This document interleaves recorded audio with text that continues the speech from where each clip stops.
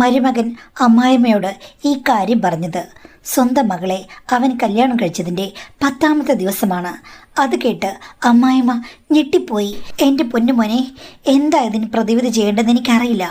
അമ്മയ്ക്കറിയില്ലെങ്കിൽ പിന്നെ ആർക്കറിയുന്നത് എന്ന് മരുമകൻ ചോദിച്ചു. ഈ പ്രശ്നം എങ്ങനെ സോൾവ് ചെയ്യും? അമ്മായിമ്മയും മരുമകനും കൂടി പിന്നീട് ചർച്ചയായി. എന്തായാലും ആ ചർച്ചയും അതിൻ്റെ പരിണതഫലവും സിന്ധുവിൻ്റെ മേൽ വായിച്ച് നമുക്ക് തിരിച്ചറിയാം. മാഡം, എൻ്റെ പേര് സിന്ധു. ഞാൻ ഒരമ്മായിമ്മയാണ്. അമ്മായിമ്മയുടെ കഥകൾ വായിക്കുന്നതിൽ മാഡം സ്പെഷ്യാലിറ്റി ഉള്ള ആളാണെന്ന് എനിക്ക് തോന്നുന്നു. അപ്പോൾ മാഡം, എൻ്റെ ഈ കഥ കൂടി ഒന്ന് കേൾക്കണം. ഞാനും എൻ്റെ ഭർത്താവും ചെറുപ്പത്തിലെ പ്രേമിച്ച് കല്യാണം കഴിച്ചവരാണ്. അന്ന് വലിയ സ്നേഹമായിരുന്നു. ഒരു പെൺകുട്ടി എനിക്കുണ്ടായി. കുട്ടിയുണ്ടായി 6 മാസം കഴിഞ്ഞപ്പോഴേക്കും ഹസ്ബൻഡിന് കേരളത്തിൻ്റെ അങ്ങേയറ്റത്തേക്ക് സ്ഥലമാറ്റമായി. അങ്ങനെ ഞാൻ മാത്രമായ വീട്ടിൽ പിന്നെ സഹായിക്കാൻ എൻ്റെ വീട്ടുകാർ മാത്രമേ ഉള്ളൂ. എൻ്റെ അമ്മ വയ്യാത്തൊരാളാണ്. എന്നാലും അമ്മയുടെ സഹായം എനിക്ക് ഉണ്ടായിരുന്നു. ഹസ്ബൻഡ് മാസം മാസം പണം അയച്ചു തരും. പക്ഷേ അവിടെ ജോലിക്ക് പോയ ഹസ്ബൻഡ് തിരിച്ച് വീട്ടിൽ വന്ന് നിൽക്കുന്നത് അപൂർവമാണ്. 6 മാസം കൂടി ഇരിക്കുമ്പോഴൊക്കെയാണ് വരുന്നത്. ഞാൻ ചോദിച്ചു അതെന്താ അങ്ങനെയെന്ന്. പ്രൊമോഷൻ കിട്ടിപ്പോയത് കൊണ്ട് അവിടെ ഭയങ്കര വർക്ക് ലോഡാണ്. സംഘർഷഭരിതമായ സ്ഥലമാണ്. ഒത്തിരി കാര്യങ്ങളൊക്കെ ചെയ്യാനുണ്ട്.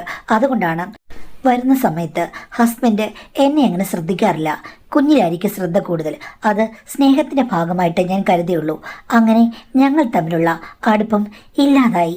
പിന്നീട് വരുമ്പോഴൊക്കെ എന്നെ ശ്രദ്ധിക്കാതെ കുട്ടിയെ ലാളിക്കും. ഒരു ദിവസം ഗതികെട്ട് ഞാൻ തുറന്നു ചോദിച്ചു കഴിഞ്ഞപ്പോഴേക്കും എനിക്ക് നിന്നോട് അങ്ങനെയുള്ള ഒരടുപ്പം തോന്നുന്നില്ല, സാരമില്ല, പതുക്കെ ഉണ്ടാകുമായിരിക്കും എന്ന് പറഞ്ഞു. എന്തായാലും പിന്നീട് ഒരിക്കലും ഉണ്ടായിട്ടില്ല. മാസം ഞങ്ങൾക്ക് ചെലവിനുള്ള കാശ് കൃത്യമായി വരും. അതല്ലാതെ പ്രത്യേകിച്ച് അദ്ദേഹത്തെ കൊണ്ട് ഒരു മെച്ചം ഉണ്ടായില്ല.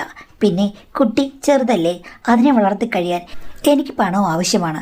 അപ്പോൾ പിന്നെ എന്ത് ചെയ്യാനാണ്? എല്ലാം സഹിച്ചല്ലേ പറ്റൂ. ഇതായിരുന്നു എൻ്റെ ജീവിതം. എൻ്റെ മകൾക്ക് ഏകദേശം ഒരു 10-12 വയസ്സായി കഴിഞ്ഞപ്പോഴേക്കും ഹസ്ബൻഡ് എന്നോട് പറഞ്ഞു, ഞാൻ നിന്നോട് ഒരു കാര്യം പറഞ്ഞു കഴിഞ്ഞാൽ നീ അനുസരിക്കണം. എന്താ ചേട്ടാന്ന് ചോദിച്ചപ്പോൾ, ഞാൻ ഒരു ജോലി നിനക്ക് ശരിയാക്കിയിട്ടുണ്ട്. ഇവിടെ അടുത്തൊരു സ്ഥലത്താണ്. ഒരു ലിമിറ്റഡ് കമ്പനിയാണ്. നിനക്ക് അവിടെ നിന്ന് കഴിഞ്ഞാൽ നല്ല സാലറി കിട്ടും. അതേപോലെ തന്നെ 60 വയസ്സ് വരെ വർക്കും ചെയ്യാം, പെൻഷൻ കിട്ടുമെന്ന് പറഞ്ഞു. ഞാൻ ചോദിച്ചു, ഇപ്പോൾ ഞാനതിന് പോകേണ്ട ആവശ്യം? അത് നല്ലതല്ലേ, ജോലി ചെയ്യുക എന്നുള്ളത് ഏതൊരാൾക്കും വേണ്ട കാര്യമാണ് എന്ന് പറഞ്ഞു. ഞാൻ ഓർത്തു ശരിയായിരിക്കാം. അങ്ങനെ ഹസ്ബൻഡിൻ്റെ റെക്കമെൻഡേഷനിലാണ് എനിക്ക് ആ സ്ഥാപനത്തിൽ ജോലി കിട്ടിയത്. സത്യം പറഞ്ഞാൽ എൻ്റെ ജീവിതത്തിൽ തിരക്ക് പിടിച്ച ദിവസങ്ങളായിരുന്നു. പിന്നീട് എൻ്റെ ദുഃഖങ്ങളെല്ലാം മറന്നുപോയത് അവിടെ ചെന്നിട്ടാണ്. എനിക്ക് പിന്നീട് ദാമ്പത്യ ജീവിതം എന്ന് പറയുന്നത് ഒട്ടും ഉണ്ടായിട്ടില്ല. 6 മാസം കൂടിയിരിക്കുമ്പോൾ ഹസ്ബൻഡ് വരും പോകും, അത്രമാത്രം. മകൾക്ക് ഫോൺ വിളിക്കുകയും വാത്സല്യം കൊടുക്കുകയൊക്കെ ചെയ്യും. ഒന്നുമില്ലാതെ എന്നാൽ എന്തൊക്കെയുള്ളൊരു ജീവിതമായിരുന്നു എൻ്റേത്. പക്ഷേ ഞാൻ ആ കമ്പനിയിൽ നന്നായി വർക്ക് ചെയ്തു. അതുകൊണ്ട് തന്നെ എനിക്ക് പെട്ടെന്ന് പ്രൊമോഷൻ കിട്ടി. മകൾ 10ാം ക്ലാസ്സിൽ പഠിക്കുന്ന സമയത്താണ് ഹസ്ബൻഡ് ഒരു ദിവസം വന്നു കഴിഞ്ഞപ്പോഴേക്കും എന്നോട് പറഞ്ഞു, ഇനി നിന്നോട് എനിക്ക് എൻ്റെ യഥാർത്ഥ ജീവിതകഥ പറയണമെന്നുണ്ടെന്ന്. ഞാൻ ചോദിച്ചു എന്താണെന്ന്.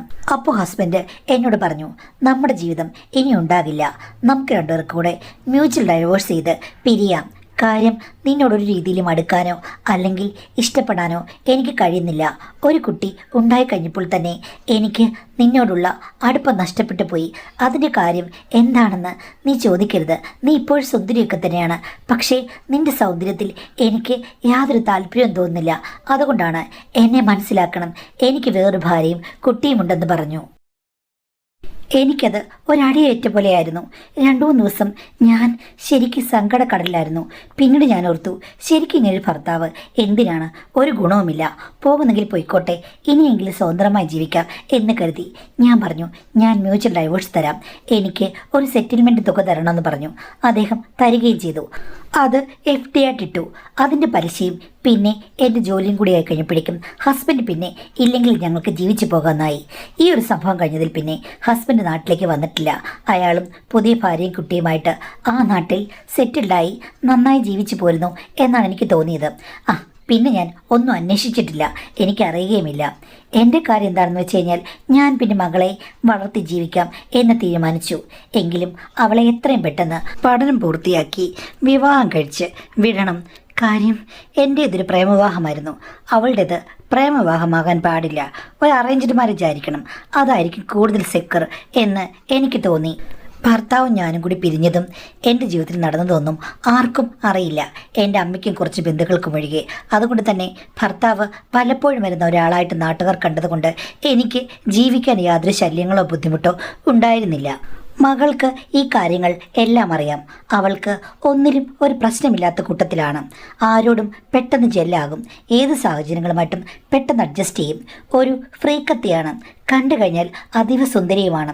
എനിക്ക് വല്ലാത്ത പേടിയുണ്ടായിരുന്നു പ്രേമത്തിൽ പോയി വീണിട്ട് അവസാനം അറേഞ്ച്ഡ് മാരേജിന് സമ്മതിക്കാതിരിക്കുമെന്ന്.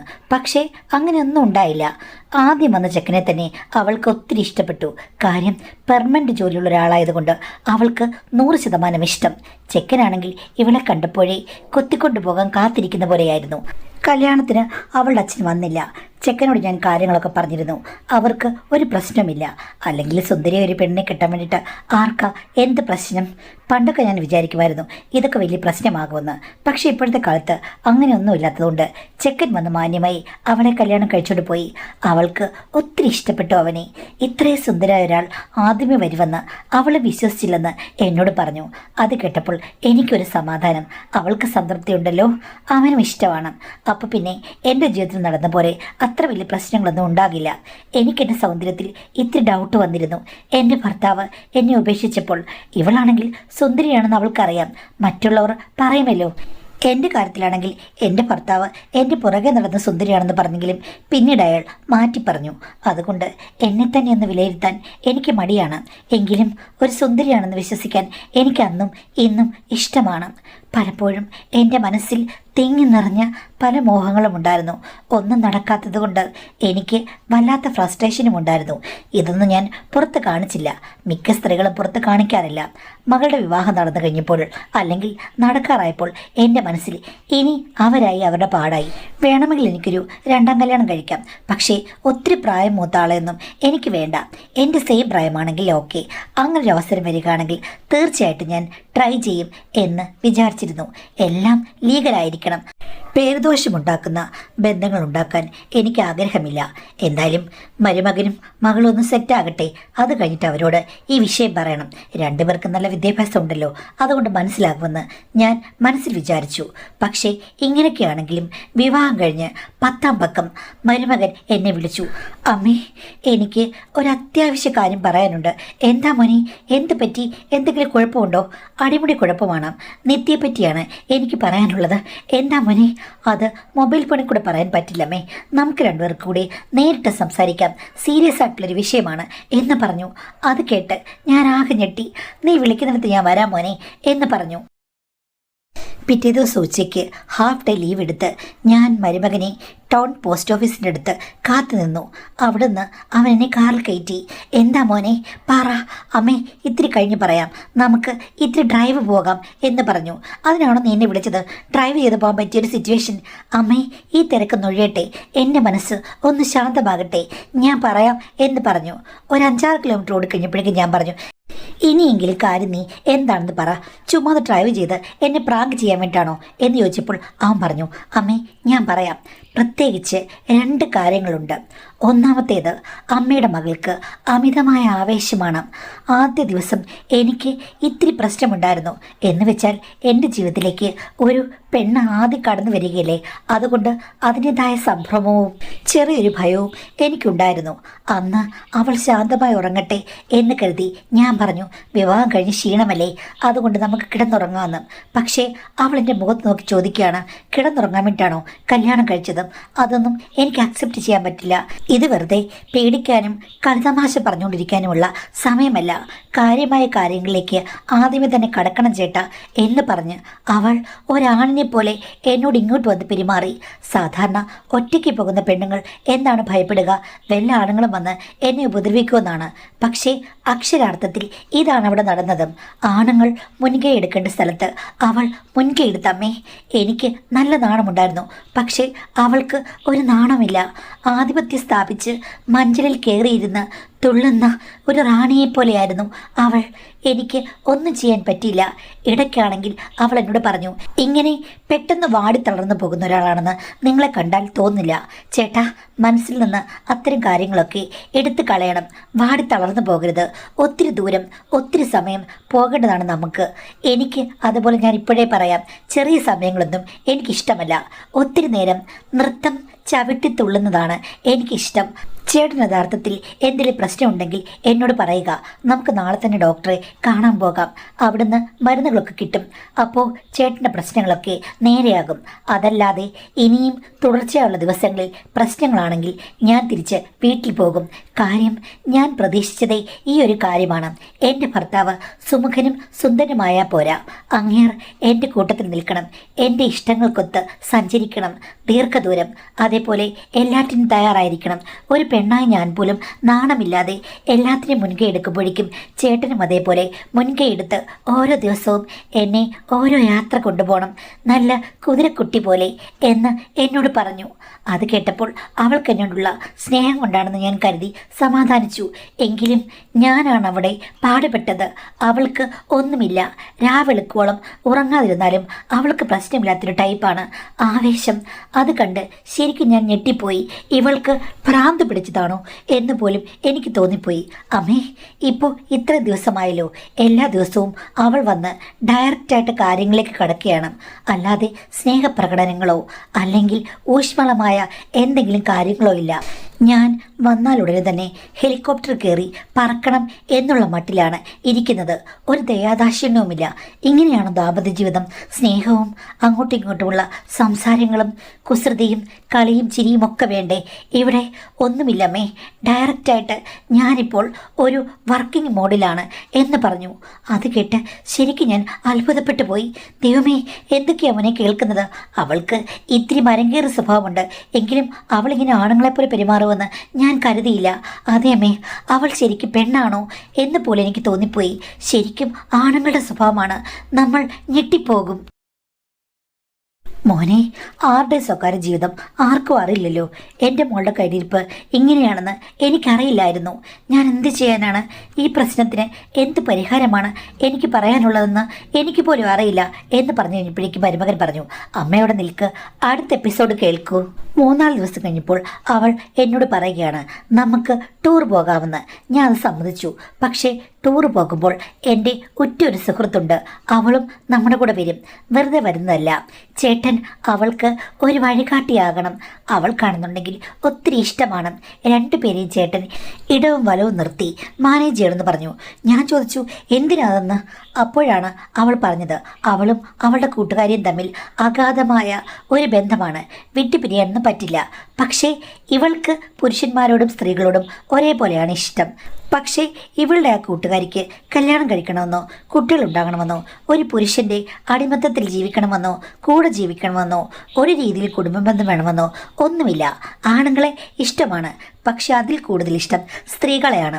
അതുകൊണ്ട് വിവാഹം കഴിച്ചു കഴിയുമ്പോഴേക്കും സ്വന്തം ഭർത്താവിനോട് നീ പറയണം, എന്നെയും കൂട്ടത്തിലങ്ങ് കൂട്ടി നല്ല ഫ്രണ്ട്ഷിപ്പായി മുന്നോട്ട് പോകാമെന്ന്. എന്നോട് ഒരു വാക്ക് ചോദിക്കാതെ അവളുടെ കൂട്ടുകാരിക്കും വാക്ക് കൊടുത്തു. അങ്ങനെ ഞങ്ങൾക്ക് ഹണിമൂണിന് പോകാൻ വേണ്ടിയിട്ട് അവളെയും കൂടെ ചേർത്തിട്ടാണ് സീറ്റ് ബുക്ക് ചെയ്തിട്ടുള്ളത്. ഞാൻ പറഞ്ഞു, ഈ ആഴ്ച പറ്റില്ല, അടുത്ത ആഴ്ചയെ പറ്റുള്ളൂ എന്ന് പറഞ്ഞ് ഒരു ഡേറ്റ് ബുക്ക് ചെയ്ത് വെച്ചിരിക്കുകയാണ്. ആ പെൺകുട്ടി ഉൾപ്പെടെ. ഞാൻ അവളെ കണ്ടിട്ടേ ഇല്ല. ഫോട്ടോ മാത്രം കാണിച്ചു. ഒരു പ്രശ്നവുമില്ല, അവൾ കട്ടയ്ക്ക് നമ്മുടെ കൂടെ നിൽക്കും എന്നാണ് അവൾ പറഞ്ഞത്. നിങ്ങൾ അതിൽ കൂടുതൽ അങ്ങോട്ട് സത്യസന്ധം ചമേണ്ട കാര്യമൊന്നുമില്ല. കാര്യം ആണുങ്ങൾക്ക് 2, 3, 4 സ്ത്രീ ഫ്രണ്ട്സ് ഉള്ളത് ഏറ്റവും ഇഷ്ടമാണ്. അപ്പം ഇതൊക്കെ ഒരു അവസരമായിട്ടല്ലേ നിങ്ങൾ കരുതുകയുള്ളൂ. ഇതൊരു ഭാഗ്യമായിട്ട് കരുതിക്കൂ, അല്ലാതെ വലിയ ജാടയൊന്നും ഇടാൻ വരണ്ട എന്നാണ് പറഞ്ഞത്. ഞാനതിനെ ശക്തമായി എതിർത്ത് കഴിഞ്ഞപ്പോഴേക്കും അവൾ പറയുകയാണ്, എന്നെക്കൊണ്ട് ഒരു കാശിനും കൊള്ളില്ല എന്ന് എല്ലാവരോടും പറഞ്ഞിട്ട് എനിക്ക് കുഴപ്പമാണെന്ന് പറഞ്ഞിട്ട് തിരിച്ച് അവൾ അമ്മയുടെ അടുത്തേക്ക് വരുമെന്നാണ് ഇപ്പോൾ പറയുന്നത്. അവൾ പറഞ്ഞതൊക്കെ അനുസരിക്കണം. എണ്ണയിട്ട യന്ത്രം പോലെ ഞാൻ എപ്പോഴും പ്രവർത്തിക്കണം. അവൾ പറയുന്ന കാര്യങ്ങൾ ഒക്കെ ഞാൻ അനുസരിച്ചില്ലെങ്കിൽ ഇങ്ങനെയൊക്കെയുള്ള കാര്യങ്ങളായി എന്നെ നാണം കെടുത്തുമെന്നാണ് അവൾ പറഞ്ഞിരിക്കുന്നത്. ഒരു 10 ദിവസം കഴിഞ്ഞിട്ട് ഞങ്ങൾ ടൂർ പോകാൻ ബുക്ക് ചെയ്തിട്ടുണ്ട്. ആ പെൺകുട്ടിയും വരുന്നുണ്ട്. അമ്മേ, എന്തൊക്കെ പറഞ്ഞാലും എനിക്ക് ഇക്കാര്യത്തിൽ ഇത്തിരി ആശങ്കയുണ്ട്. അമ്മയുടെ മകൾ നോർമലായിട്ടല്ല പെരുമാറുന്നത്. അവൾക്ക് പല തരികടകളുമുണ്ട്. വിവാഹത്തിന് മുമ്പും അതൊക്കെ ഉണ്ടായിരുന്നു എന്ന് എനിക്ക് തോന്നുന്നു. അല്ലെങ്കിൽ ഒരു പെണ്ണങ്ങനെയാണ് ഇത്രയും ആർജവമെടുത്ത് വന്ന് എക്സ്പീരിയൻസ്ഡ് ആയിട്ടുള്ള ഒരാളെ പോലെ പെരുമാറുന്നത്? സത്യം പറഞ്ഞു കഴിഞ്ഞാൽ എനിക്ക് ഒരു റെസ്റ്റുമില്ല. എല്ലാവരും പറയും വിവാഹം കഴിയുമ്പോൾ റെസ്റ്റ് എടുക്കേണ്ട കാര്യമില്ലെന്ന്. എന്നാലും 24 മണിക്കൂറും പുരുഷന്മാർക്കാണ് ഈ ചിന്ത എന്ന് പറയുന്നിടത്ത് ഇവൾക്കാണ് ആ ചിന്ത. വളരെ അപൂർവമായ സ്വഭാവമുള്ള ഒരു സ്ത്രീയാണ് അമ്മയുടെ മകൾ. അമ്മയ്ക്ക് ഒന്നും അറിയില്ല. അതുകൊണ്ടാണ് ഞാൻ അമ്മയോട് പറഞ്ഞത്, ഇതിൽ ഞാൻ എന്ത് തീരുമാനമാണ് എടുക്കേണ്ടത്? നാളെ അവളുടെ ഇഷ്ടങ്ങൾക്കനുസരിച്ച് ഞാൻ നിൽക്കാതിരുന്നു കഴിഞ്ഞാൽ അമ്മയോട് അവൾ വന്ന് ഈ കാര്യങ്ങളൊക്കെ പറയും. അവസാനം ഞാൻ നാണം കിടും. അതൊന്നും ഉണ്ടാകാതിരിക്കാൻ ഞാൻ ഒത്തിരി ആലോചിച്ചെടുത്ത തീരുമാനമാണ് അമ്മയോട് എല്ലാം പറഞ്ഞേക്കാവുന്ന. അമ്മയ്ക്ക് കുറച്ച് വിവരവും ജീവിതാനുഭവങ്ങളും ഉണ്ടെന്ന് എനിക്ക് ആദ്യം സംസാരിച്ചപ്പോഴേ തോന്നി.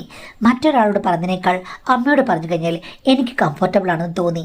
അതുകൊണ്ടാണ് ഞാൻ പറഞ്ഞത്. അമ്മയ്ക്ക് ഇത് മനസ്സിലാക്കാൻ പറ്റുന്നുണ്ടോ എന്ന് ചോദിച്ചു. ഇതെല്ലാം കേട്ട് എൻ്റെ തല പെരുത്തിരിക്കുകയാണ്. അവൻ അവിടെ ഇവിടെയും കൂടി വണ്ടി ഓടിച്ചു. അരമണിക്കൂറോളം ഞാനൊന്നും മിണ്ടിയില്ല. എനിക്ക് പിന്നെ പലതും കേട്ട് ഷോക്ക് വരുന്നത് ജീവിതത്തിലൊരു അനുഭവമാണല്ലോ. ആ ഷോക്ക് പെട്ടെന്ന് തന്നെ മാറുകയും ചെയ്യും. എന്തായാലും ദൈവം തുണച്ചു. ഇത്തിരി കഴിഞ്ഞപ്പോൾ എൻ്റെ മനസ്സ് ഒന്ന് ശാന്തമായി. അപ്പോൾ എൻ്റെ ഉള്ളിൽ വീര്യം നുരഞ്ഞു പൊങ്ങി. ഞാൻ പറഞ്ഞു, മോൻ പറഞ്ഞ സത്യമാണെങ്കിൽ നീ ഒന്നുകൊണ്ട് പേടിക്കേണ്ട കാര്യമില്ല. ഇവളുടെ ഇളക്കം ഞാൻ നിർത്തിത്തരാം.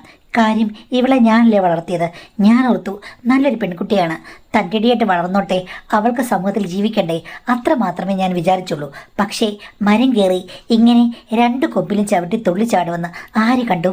പിന്നെ മോനെ, ജീവിതാനുഭവങ്ങൾ കൊണ്ട് എനിക്ക് ആണുങ്ങളെ വലിയ വിശ്വാസമൊന്നുമില്ല. 2 സൈഡും ഞാനൊന്ന് കേൾക്കട്ടെ. അവളുടെ ഭാഗത്ത് തെറ്റുണ്ടെങ്കിൽ തീർച്ചയായിട്ടും അവളുടെ സൂക്കേട് ഞാൻ നിർത്തുമെന്ന് പറഞ്ഞു. അമ്മേ, അവളോട് പറഞ്ഞു കഴിഞ്ഞാൽ ചിലപ്പോൾ അവൾ എന്നെക്കുറിച്ച് അപവാദം പറയും. അത് പറഞ്ഞെങ്കിൽ അപ്പോൾ ഞാനില്ലേടാ, ഞാൻ പറയാം എൻ്റെ മകൾ തന്നെയാണ് കാരണക്കാരിയെന്ന്. അപ്പോൾ ആളുകൾ വിശ്വസിച്ചോളും. ഞാൻ അവളോടൊന്ന് ചോദിക്കട്ടെ എന്ന് പറഞ്ഞു. അങ്ങനെ മകളെയും കൊണ്ട് വീട്ടിലേക്ക് വരാൻ പറഞ്ഞു. അന്ന് രാത്രി അവൻ അവളെ ഇവിടെ കൊണ്ടുവന്നു. എനിക്ക് വയ്യ, കാലിന് വേദനയൊക്കെയാണ് എന്ന് പറഞ്ഞപ്പോഴേക്കും ഒരു ദിവസം ഇവിടെ നിൽക്കാമെന്ന് പറഞ്ഞാണ് കൊണ്ടുവന്നത്. അങ്ങനെ അവൻ കൊണ്ടുവിട്ടിട്ട് പോയി. അവൾ അടുത്ത് വന്നിരുന്ന്, യോ അമ്മയ്ക്ക് എപ്പോഴാണ് കാൽവേദന തുടങ്ങിയത്, ഞാൻ അറിഞ്ഞില്ലല്ലോ എന്നൊക്കെ പറഞ്ഞ് എൻ്റെ അടുത്തിരുന്ന് തലോടി ആശ്വസിപ്പിച്ചു. ആ സമയത്ത് ഞാൻ ചോദിച്ചു, എടി, ഇത്തരം കുറേ കാര്യങ്ങൾ ഞാൻ അറിഞ്ഞു. ഇത് സത്യമാണോ അതോ മിഥ്യയാണോന്ന് അറിയില്ല. അവൻ ഉണ്ടാക്കി പറഞ്ഞാണോ അതോ യഥാർത്ഥത്തിൽ നടന്നാണോന്ന് അറിയില്ല. എന്തായാലും കേട്ട് കഴിഞ്ഞപ്പോഴേക്കും വല്ലാത്ത ഷോക്കായി. ഇതൊക്കെ യഥാർത്ഥത്തിൽ നടന്നാണോ? എൻ്റെ സ്വഭാവം നിനക്കറിയാമല്ലോ, സത്യസന്ധമായ കാര്യങ്ങൾ പറഞ്ഞോണം, ഇല്ലെങ്കിൽ അവൻ്റെ കൂടെ മാത്രമേ ഞാൻ നിൽക്കൂ എന്ന് പറഞ്ഞു.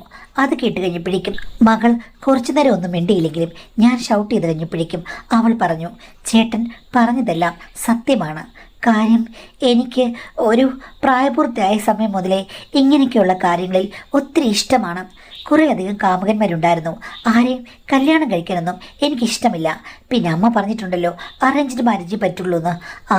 അപ്പോൾ ഞാനത് ചെയ്തു. പക്ഷേ എന്ന് വെച്ചിട്ട് എൻ്റെ പഴയ സ്വഭാവങ്ങളൊന്നും എനിക്ക് ഉപേക്ഷിക്കാൻ പറ്റില്ല. എനിക്ക് ഒത്തിരി ആൺ സുഹൃത്തുക്കളും ഒത്തിരി പെൺ സുഹൃത്തുക്കളുമുണ്ട്. അവരോടൊക്കെ എനിക്ക് അട്രാക്ഷനുണ്ട്, അവർക്കും അട്രാക്ഷനുണ്ട്. അതെല്ലാം അഡ്ജസ്റ്റ് ചെയ്യുന്നൊരു ഭർത്താവിന് മാത്രമേ എനിക്ക് സഹിക്കാൻ പറ്റുകയുള്ളൂ. അല്ലാതെ സദാചാര വർത്തമാനം പറയുന്ന ഒരാളെ എനിക്ക് പറ്റില്ല അമ്മേ. എനിക്ക് സ്വതന്ത്രമായി ജീവിക്കണം, ധാരാളം ആളുകളെ മീറ്റ് ചെയ്യണം, അവരുമായി സന്തോഷമായി കരുതണം, ദാമ്പത്യം ഉണ്ടായിരിക്കണം. അപ്പോൾ ഞങ്ങൾക്ക് 2 പേർക്കും ഒരേ സ്വഭാവമാണെങ്കിൽ ഒത്തുപോകാമല്ലോ. എൻ്റെ കൂട്ടുകാരിയാണെങ്കിൽ വിവാഹം പോലും കഴിക്കാൻ താല്പര്യമില്ലാത്തവളാണ്. അവളും ഞങ്ങളുടെ കൂട്ടത്തിൽ ചേരുകയാണെങ്കിൽ, ചേട്ടന് അവളുമായിട്ട് നല്ല സൗഹൃദം ഉണ്ടാകുകയാണെങ്കിൽ, ഞങ്ങളെ 2 പേരെയും ചേട്ടൻ മാനേജ് ചെയ്ത് പോയി കഴിഞ്ഞാൽ ഞങ്ങൾക്ക് ഞങ്ങളുടെ പാട്ടിന് പോകാം, ചേട്ടനും ചേട്ടന് ഇഷ്ടമുള്ളതുപോലെ പോകാം. പിന്നെ വിവാഹ ജീവിതം എന്ന് പറയുന്നത് സമൂഹത്തിലെ ആൾക്കാരെ കാണിക്കാൻ വേണ്ടിയിട്ട് നിലനിൽക്കുകയും ചെയ്യും. അമ്മ എത്ര ട്രീറ്റ്മെൻറ്റ് എന്നെ കൊണ്ടുവന്ന് പറഞ്ഞാലും എൻ്റെ സ്വഭാവം മാറില്ല.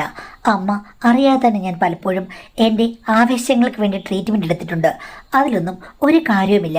എൻ്റെ ആവേശം ആർക്കും തണുപ്പിക്കാൻ പറ്റില്ല. ഞാൻ കടിഞ്ഞാണില്ലാത്ത ഒരു കുതിരയാണ്. ആ കുതിരയ്ക്ക് പല ഉടമസ്ഥരും ആവശ്യമാണ്. അമ്മ എന്നെ മനസ്സിലാക്കണം.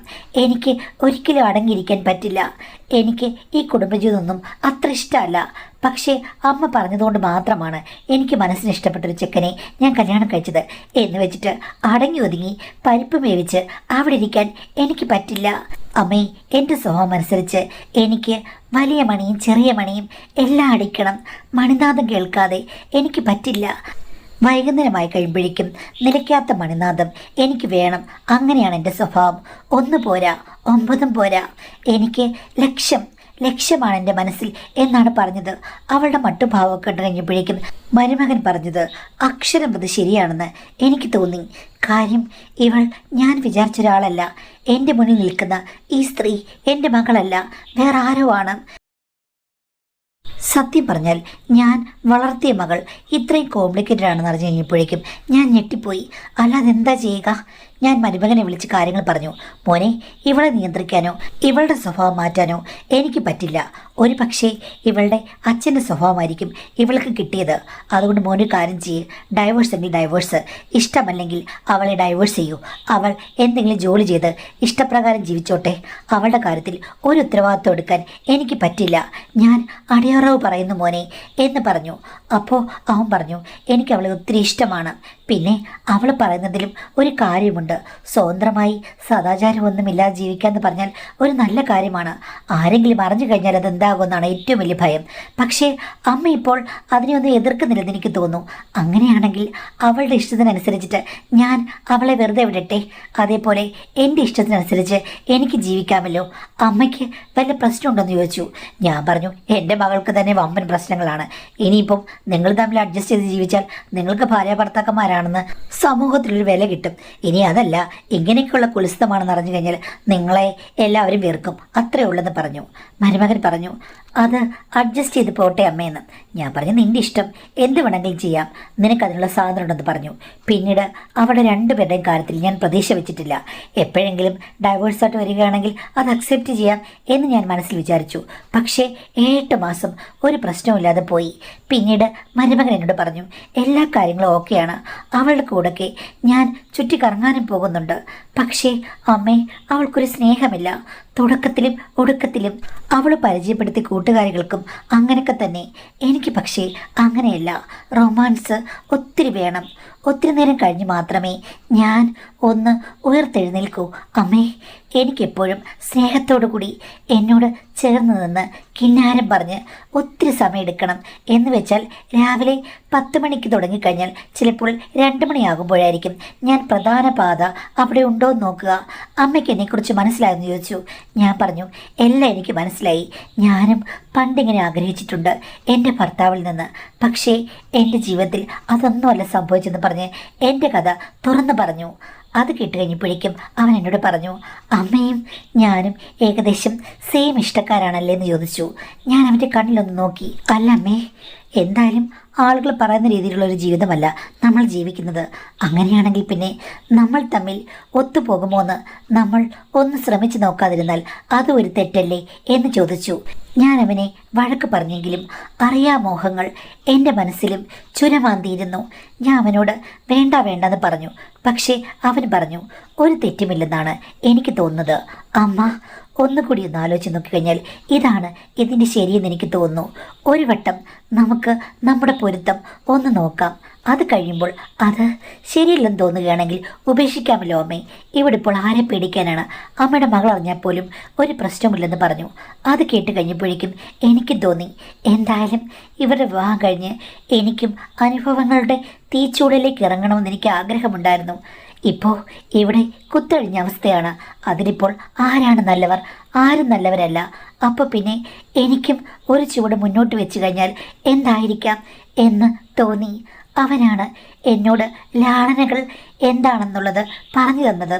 അവൻ്റെ വിവരണം കേട്ടപ്പോഴേ എനിക്ക് പിന്നെ ഒന്നും ചിന്തിക്കാൻ തോന്നിയില്ല. ഇതാണ് ഞാൻ കാത്തിരുന്ന ആൾ. ശരിക്കും എൻ്റെ ജോഡിയായി വരേണ്ടത് അവനാണെന്ന് തോന്നി. സ്ഥലവും കാലവും മറന്നു കഴിഞ്ഞപ്പോഴേക്കും ഞങ്ങളും പാതകൾ വകഞ്ഞു മാറ്റി ജലപ്രവാഹം തേടിപ്പോയി. സത്യം പറഞ്ഞാൽ ഇത്രയും പൊരുത്തമുള്ള ഒരു ബന്ധം എനിക്ക് കിട്ടുമെന്ന് ഞാൻ സ്വപ്നത്തിൽ പോലും വിചാരിച്ചതല്ല. സത്യമായും എനിക്ക് കുറ്റബോധമില്ല. കാര്യം എൻ്റെ മകൾക്ക് ഇപ്പോൾ ഇതൊക്കെ ഓക്കെയാണ്. അവൾ കാടും മേടും കയറിപ്പോകുന്നു. യഥാർത്ഥത്തിൽ അന്യോന്യം ഇഷ്ടപ്പെട്ട് പരസ്പര സ്നേഹത്തോടു കൂടിയുള്ള ജീവിതം ഞങ്ങളുടേതാണ്. കാര്യം അത്രയ്ക്കും പൊരുത്തമാണ്. പ്രായമോ അല്ലെങ്കിൽ സ്ഥാനമാനങ്ങളോ ഒന്നുമല്ല, മനുഷ്യൻ്റെ ഇഷ്ടങ്ങളിലാണ് ഏറ്റവും വലിയ കാര്യങ്ങളിരിക്കുന്നതെന്ന് ഞാനിപ്പോൾ തിരിച്ചറിഞ്ഞു മാഡം. എനിക്ക് ഇപ്പോൾ ഭാഗ്യമാണ്, ഞാൻ സന്തോഷവതിയാണ്, ഒരു പ്രശ്നവുമില്ല. വിചിത്രമായ പ്രശ്നങ്ങൾ ഉണ്ടായി കഴിയുമ്പോഴേക്കും പലരും വിചാരിക്കും ജീവിതം തകർന്നു പോകുമെന്ന്. അങ്ങനെയല്ല, വിചിത്രമായ പ്രശ്നങ്ങൾക്കുള്ളിലും ഒരു രസം ഒളിഞ്ഞു കിടപ്പുണ്ട്, ഒരു ഭാഗ്യം ഒളിഞ്ഞു കിടപ്പുണ്ട്. മാഡം എൻ്റെ കത്ത് വായിക്കില്ലേ? വായിക്കാം. വിചിത്രമായ ഈ കത്തിന് മറുപടി പറയാൻ അവർ പറഞ്ഞിട്ടില്ലാത്തതുകൊണ്ട് ഞാൻ പറയുന്നില്ല. കേൾക്കുന്ന നിങ്ങൾക്ക് തന്നെ അതിൻ്റെ ഒരു മറുപടി മനസ്സിൽ കാണുമല്ലോ.